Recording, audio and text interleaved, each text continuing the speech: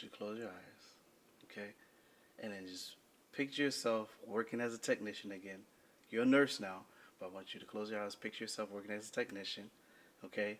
You're driving on your way to work. Everything's perfect. You got your coffee in your hand, nice scrubs.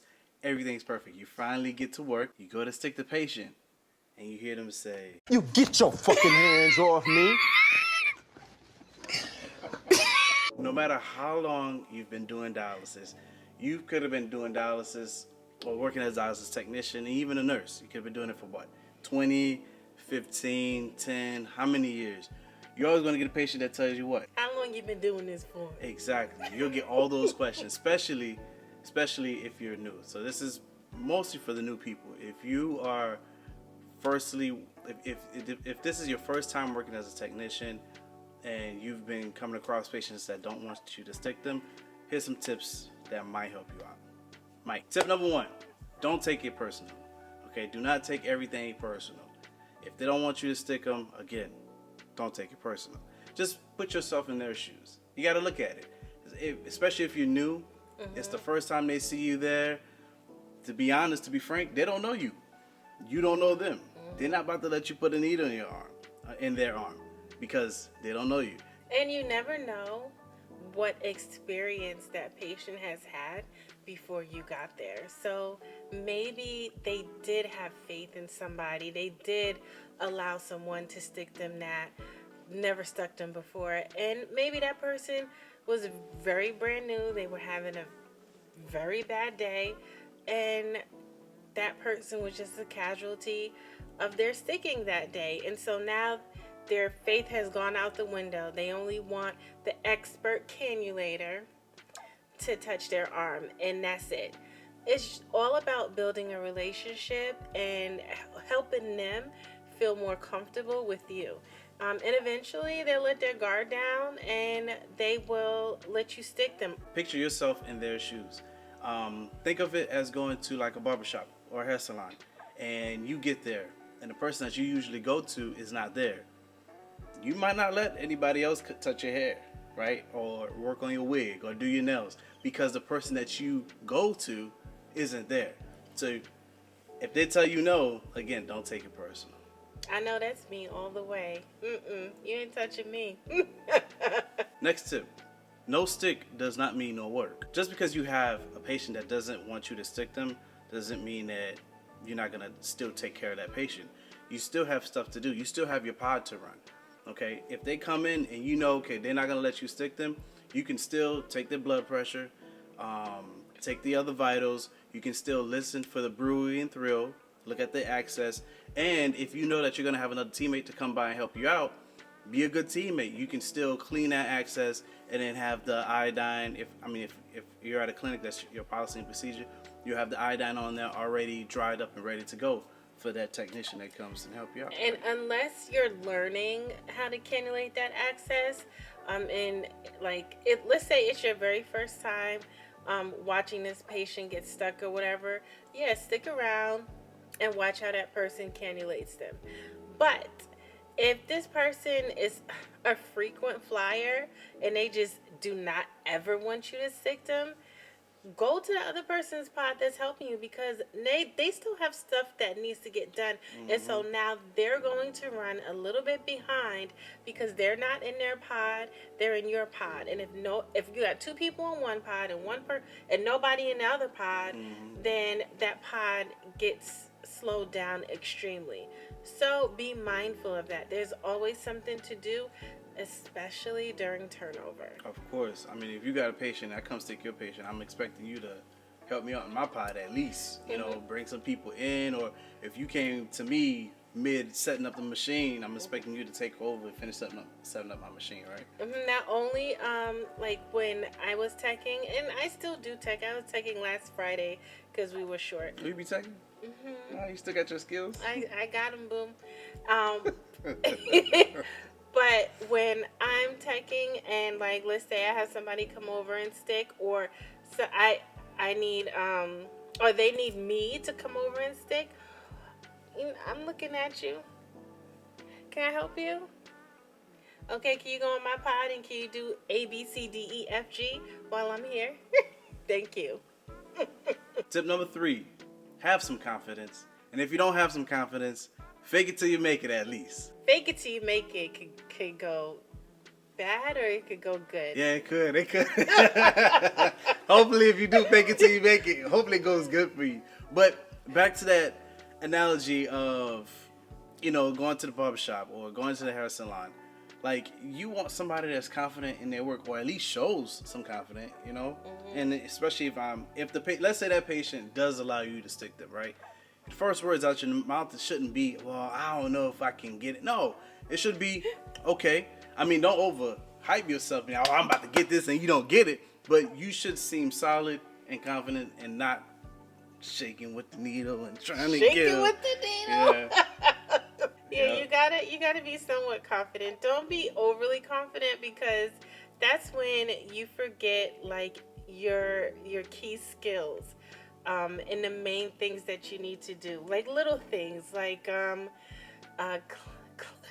clamping the needle to make sure blood doesn't come out, or clamping the saline bag to make sure that air doesn't get into the lines. You miss like the little essential things because you so focused on faking it till you make it, So be careful. It could go really bad. Yeah, it could.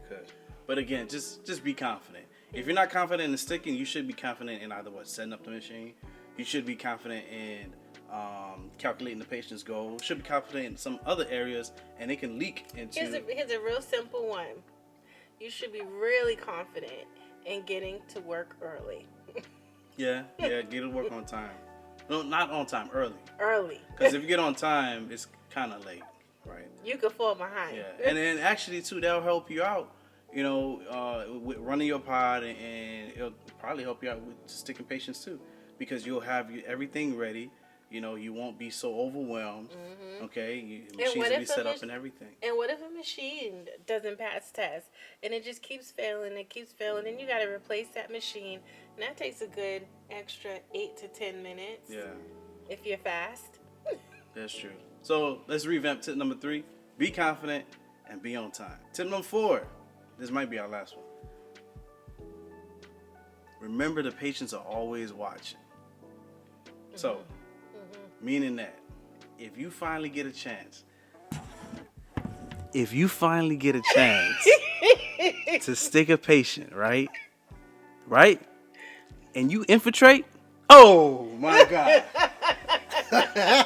They gonna be talking about you. Because some infiltrations they're bad, but some of them look way worse than what they are, right? And depending on that patient's skin complexion as well too.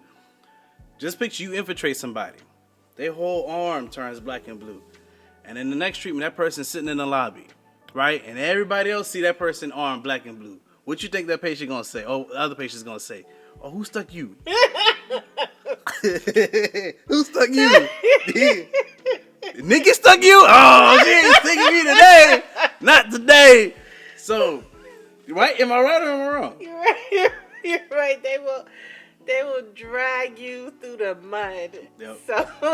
So, yeah, definitely try to avoid infiltrations, because they can look worse than what they really are. But on the same note, they can be just as bad. Can I talk about it? Good. Okay, so a long time ago, when I was teching, and there was a specific patient, right? Oh, I want this person to stick me. I want this person to stick me. They've been sticking me. Blah blah. They've been a nurse for however many years.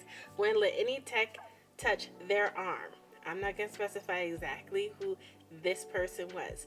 So, long story short, the person that's been doing dialysis for years, okay, stuck that person, and it was a really bad infiltration. So bad that after about a half hour, the patient did need to go to the ER and almost lost their arm because of that infiltration.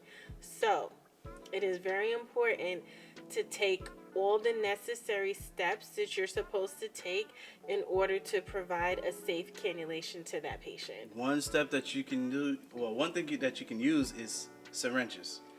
When you stick a patient, right? First off, after you put, let's say you're doing your arterial, you put your arterial in, right? And you open up the cap of the needle so the blood can come down.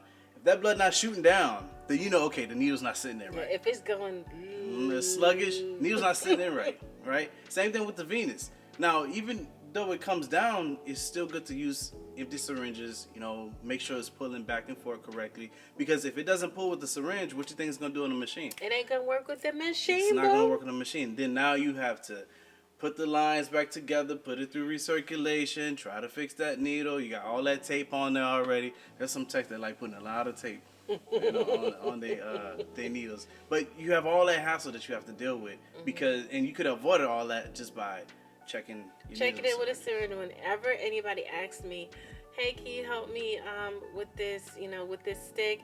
My first question is, did you check with a syringe? Because sometimes you can stick somebody and you won't get that initial flashback that you're looking for. And that'll fake you out. That'll psych you out, So you think you're not in there, but you may actually be in there. And then other times you may not have it. And if it pulls slow with the syringe, that means that you're not in. You went through or you're against the wall or something. Yeah, sometimes it could be a clot at the tip of the needle.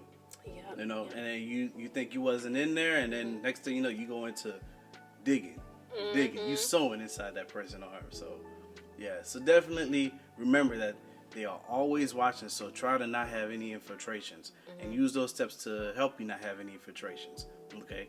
And then also, too, because they're always watching, have some integrity for your job. So just like going to the barbershop or going to the hair salon, if you go there and you see one particular barber who never busy, who always sitting in their chair on their phone, not doing anything, you're not going to really have a lot of trust in that person because they're like, dang, they don't get no customers. They must be really bad. So same way when you're at work and, even though there's downtime going on, like those patients are watching to see, okay, are you just the type of tech to just sit around and not do anything, or are you always hustling and busting? So 9 times out of 10, they'll let you stick them because they see that you're always working. You have some kind of integrity for your job. And even though you may have some downtime, you got to think about, okay, my pod is done. I'm all caught up. But did I do that by myself? Did that happen all by myself? Yeah. Or was that teamwork? Yeah. So if I'm sitting down, my pod's all caught up, and then I got, pod 1, 2, 3, they all hustling, bustling, and moving. That's because they're behind because everyone helped you out. Exactly. So get up and help your teammates. Yeah, that's true. It can be the little things. There was one time everybody was on, right? And I'm in the clinic, right? And then this lady, she all the way on the other side. This is a big clinic. It's like 24 chairs. She's all the way on the other side, right? And I'm passing this one patient all the way on the opposite side, and he was like, he was asleep, but his blanket was on the ground. Picked up his blanket, covered him up, kept on moving, right? It wasn't even my pot. When I made my rounds to do notes, because, when people go on break, you watch everybody else's pot. And then the lady pulled me aside, this black lady. She said, I see what you did. I see what you did. I see what you did. I was like, what you talking about? I'm thinking she's talking about something outside or, something a long time ago. But, she told me that she saw me put the blanket on the person. But basically, I thought the lady was asleep, but she wasn't. She was just, like this. All right, what did you tell us about your first time sticking a patient? Did you say somebody went to the hospital? No. So what happened? Okay. All right, so I was off training. Well, no, I was almost off training. And my training wheels came off. And I was sticking this patient. And I was overly confident. Okay. And I was faking it till you make it, right? So I forgot one of my key components to a safe cannulation. And so, long story short, I stuck the patient. I'm like, boom, yeah, I got it because there's blood coming out the line, it's in the tubing, so I'm in there, and so then I stuck the top part of his access, which is the venous. No, yeah, the venous, right? So then I go to connect him. So you have to walk around the patient chair to connect. And I heard like a splash or a gush, and I looked down. I forgot to clamp the arterial needle. Now, if you are in the dialysis field, you know the arterial part of the access has the most pressure in it. So blood was just pumping out. But not only that, he was infiltrated. So I was not in there. He was infiltrated. Dang, he was loud and wrong. He was infiltrated. So instead of like me humbling myself and just like, and at this time, like the whole checking with the syringe method, my preceptor had not taught that to me. That was something that I learned like a couple of years later. So I go to connect the patient. Obviously the needle wasn't in right, and I connect the patient. Blood's covered in sneakers is covered in blood. The desk has some blood dripping down it. It was just very gory, and the patient was he was still giving me a shot, Okay, it's okay. No need to worry. We can clean this up. And my preceptor's just looking at me, and she was just looking at me from afar, letting me, drown so I can get my confidence back, I guess. So I start the patient. Probably like 5 seconds in, the machine's going off. It's going past 300. Dang, so you had spilled blood and infiltration? But I kept hitting reset. And my preceptor didn't stop me. She was just looking at you? She just looked at me, and I kept hitting reset. And I kept hitting reset. So the patient was badly infiltrated. Lost a lot of blood on the outside and on the inside because his arm was pulled up. And man, this patient, that is not touching me again. He was so mad. And then when he came back, the very next time he wouldn't even look at me. And I felt so bad. I said, I'm never going to feel like that again. I'm always going to make sure that I take whatever steps I can do to keep the patient safe. And sometimes your preceptor may not see exactly what's going on because they're trying to give you that space to have confidence. But it's important to remember like your key steps in training. Like if that venous pressure, arterial pressure goes past 300 or negative 300, if that machine keeps cutting off, something ain't right with that needle. You got to check it. And better to avoid the situation by just checking it with the syringe before hooking the patient up. Yeah. So that was my first bad cannulation. It was in the very beginning of my journey in the dialysis field, and that has never ever happened again since. Oh, okay. All right, good job. You put somebody in a hospital. That's crazy, boy. Hey, but speaking from a preceptor point, if you do have a trainee and they are sticking the patient and you know they do something wrong, don't freak out in front of the patient. Try to, if it's like real bad, then of course, but like if it's something that you can prevent, just try to pull them aside, fix it quietly, because you don't want that patient losing confidence in that trainee, because again, it's going to create more work for you again in the future. So it's important to always be for your trainee, because if you go through all this training with the person, and then at the end of the day they don't feel confident, they're a little bit nervous around the preceptor, they don't feel like they do anything right because the preceptor is not giving them a form of positive reinforcement, then you ultimately will lose a teammate, and then now you're working with an unsafe ratio because the technician left, the technician didn't show up to work, the technician, quit, and it makes your day that much harder, and it makes the patients that much unsafe. Yeah. So. All right, thank you. So if you want more tips, about teching, obviously follow my page. All right, Your Dialysis Tech.